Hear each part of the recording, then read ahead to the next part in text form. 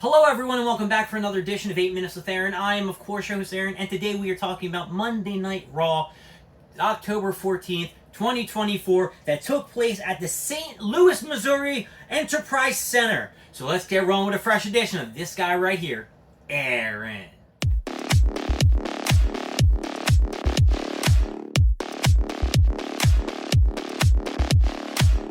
Now, this Monday Night Raw was, of course, taped. I have no idea why it was taped, so don't ask me. Just don't shoot the messenger. So I'm just going to go through it real quickly in no order at all. So try to stay with me, and if you want to watch it, I'm sure you can watch it on YouTube or some shit like that.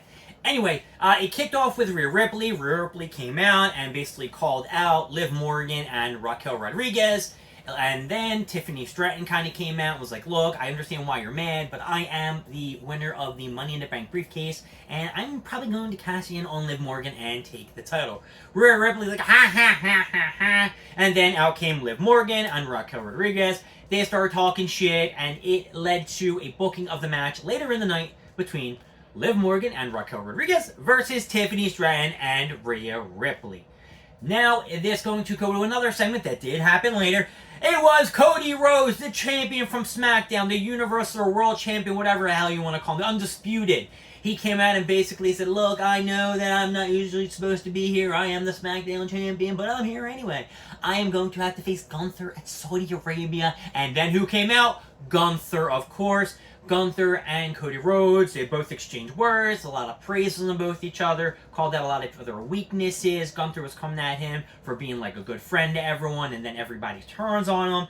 So it's very exciting where this match is going to lead, but I gotta tell you, I'm just gonna, gut feeling, Cody is going to lose the match. It's probably going to be due to Kevin Owens or some kind of interference, and Gunther is going to get over. There's no way in heck I can see this ever going in the favor of Cody Rhodes. It just can't. Just can't. Because in the future, I'm sure they're going to battle, and Cody Rhodes is going to pull off the victory. Alright, so now I'm going to jump into the matches that happened in hand. Oh wait, there was one backstage promo where Finn Balor wanted a title match, or I'm sorry, a rematch against Damian Priest because he lost at Bad Blood, and Pierce is like, nah, you got to defend your tag team titles with JD McDonough, and there's a tournament tonight. So first, there was the, what the hell was it called? The match between Bianca Belair and Jade Cargill versus Io Sky and Kairi Sane. This match was really good. Of course, I really like Io Sky, but Jade Cargill and Bianca Belair definitely had most of the offense in this match. There were these two girls, I think, from NXT, Legend and Jackson. They kind of played a little part in this match and did a little bit of a distraction and shit like that. Io Sky turned, got a KO'd on her by Bianca Belair. 1, 2, 3. Still champions, Bianca and Jade Cargill. This match is getting it down. Too predictable. I'm not a big fan of Jade Cargill and Bianca Belair, and I love Io Sky. She should have won. Alright, the War Raiders made their big return. Eric and Ivar defeated Alpha Academy, Otis, and Tozawa.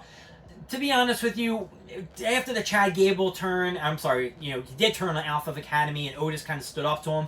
They kind of dropped the ball in and Otis kind of lost his steam. Same thing when he had all that machismo crap going on with Mandy Rose, and they kind of dropped the ball with it too. Otis is really awesome as a character. I just don't know why they just don't just push him just a little bit. I don't see him becoming a world champion like that, but a mid-card at least, I can definitely see that. Maybe get him in a program with the Intercontinental title shot. Champion or some shit like that, but I can't. As a tag team, they're not going to go in, and the Alpha Academy is probably done. So yeah, War Raiders. This match making the return. They did need a little boop in the tag team division. I'm gonna give this a down. Of course, that's getting it down.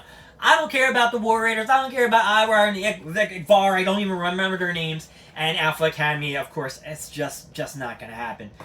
Braun Breaker versus Kofi Kingston. Who thought that Kofi Kingston was going to win? Raise your hand. Great, because he didn't win. Braun Breaker basically destroyed the shit out of Kofi. Kofi got a little bit of offense in, was on the defensive most of the match. It was a very short match. Breaker got him in a spear, 1, 2, 3, and after the match, he was going to beat his ass some more. Out came Woods, and then when Woods was about to get his ass beat, who came out? Yeet! Jey Uso came to the ring, scared off Braun Breaker, and Kofi was down on the ground, and Woods looked like he was pissed as shit that this chump just came to save his friend. So it's still planting the seeds of something's going to happen between Kofi and Xavier Woods. What will happen? We have no idea. I should have mentioned the biggest part of the night was Jimmy Uso was on Monday Night Raw. What happened to the brand split people with Cody also coming there? And who else? Right, Nia Jax was there too. I just gotta say, Jimmy's looking for Jay, and they found each other, and Jay's like, nah, dog, go away. I don't want to talk to you. I don't want to have anything to do with you, man. And that was the gist of it. Nothing further. He just like, I need your help, bro. We need to talk. And that was all. The next match was The Miz versus R-Truth. Miz winning this match against R-Truth because he was just tired of this shit that R-Truth was doing. In the ring, they were waiting for the match to start, and on the big screen, the teleprompter was a Wyatt promo. As they were all turning and the final judgment was coming down to the ring, The Miz was distracted. What happened? R-Truth went from underneath him, got a roll up, 1, 2, 3. R-Truth pulled up the victory. After the match, R-Truth tried to get a hug from The Miz, and The Miz was like, nah, dog, I don't want it. The next match was R-Truth versus The Miz. As the match was going to start, there was a glitch on the screen, and it showed a Wyatt logo on it. And as that distraction was happening, Final Judgment was making their way down to the ring. The Miz looked outside. R-Truth went from underneath him, got the 1, 2, 3 with a nice roll-up, and that was it. R-Truth, you are getting an because you entertained me with your dancing and shit in the beginning of the match. It was just crazy, and The Miz was thrown off like, dude, we're having a match here. Like, come on. As R-Truth was rolling out of the ring, Karrion Kross went to give him a fist bump and then told AOP to throw his ass in the ring. Miz hit a skull-crushing finale, and that was the end of R-Truth. Sorry, brah. You got your ass beat. And this finally took us to the last match of the night, which was Tiffany Stratton and Rhea Ripley versus Liv Morgan and Raquel Rodriguez. This match, I gotta tell you, it wasn't anything to write home about. It was just the last match of the night, and yeah, it was just a back and forth. It was kind of cool seeing Tiffany Stratton and Rhea Ripley on the same team. Raquel Rodriguez, she's a big girl, and she kind of like matches up with Rhea Ripley pretty well, so they got a lot of offensive and defensive going on there. But it did come down to, of course, in the end, a double DQ, because what happened? Well, Nia Jax came in and started beating everyone's ass, and then did a Samoan splash on people, and that was the end of that. So thank you, Nia Jax, for making this match a little bit more interesting. So this match, I'm going to have to give a down.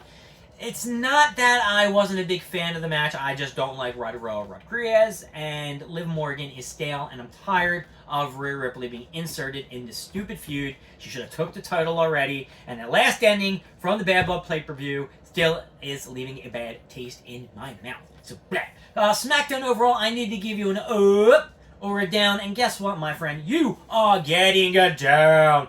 It was a taped, Raw, so, what can I say? It was boring. It was beat. And hopefully next week is a lot better, because you got a couple more weeks until that Saudi Arabia show, and I need you to pump up the excitement. My name is Aaron. Thank you for joining me with 8 Minutes with Aaron. I will see you next time. We'll go for more stuff, more things, and of course, more of me. See you later.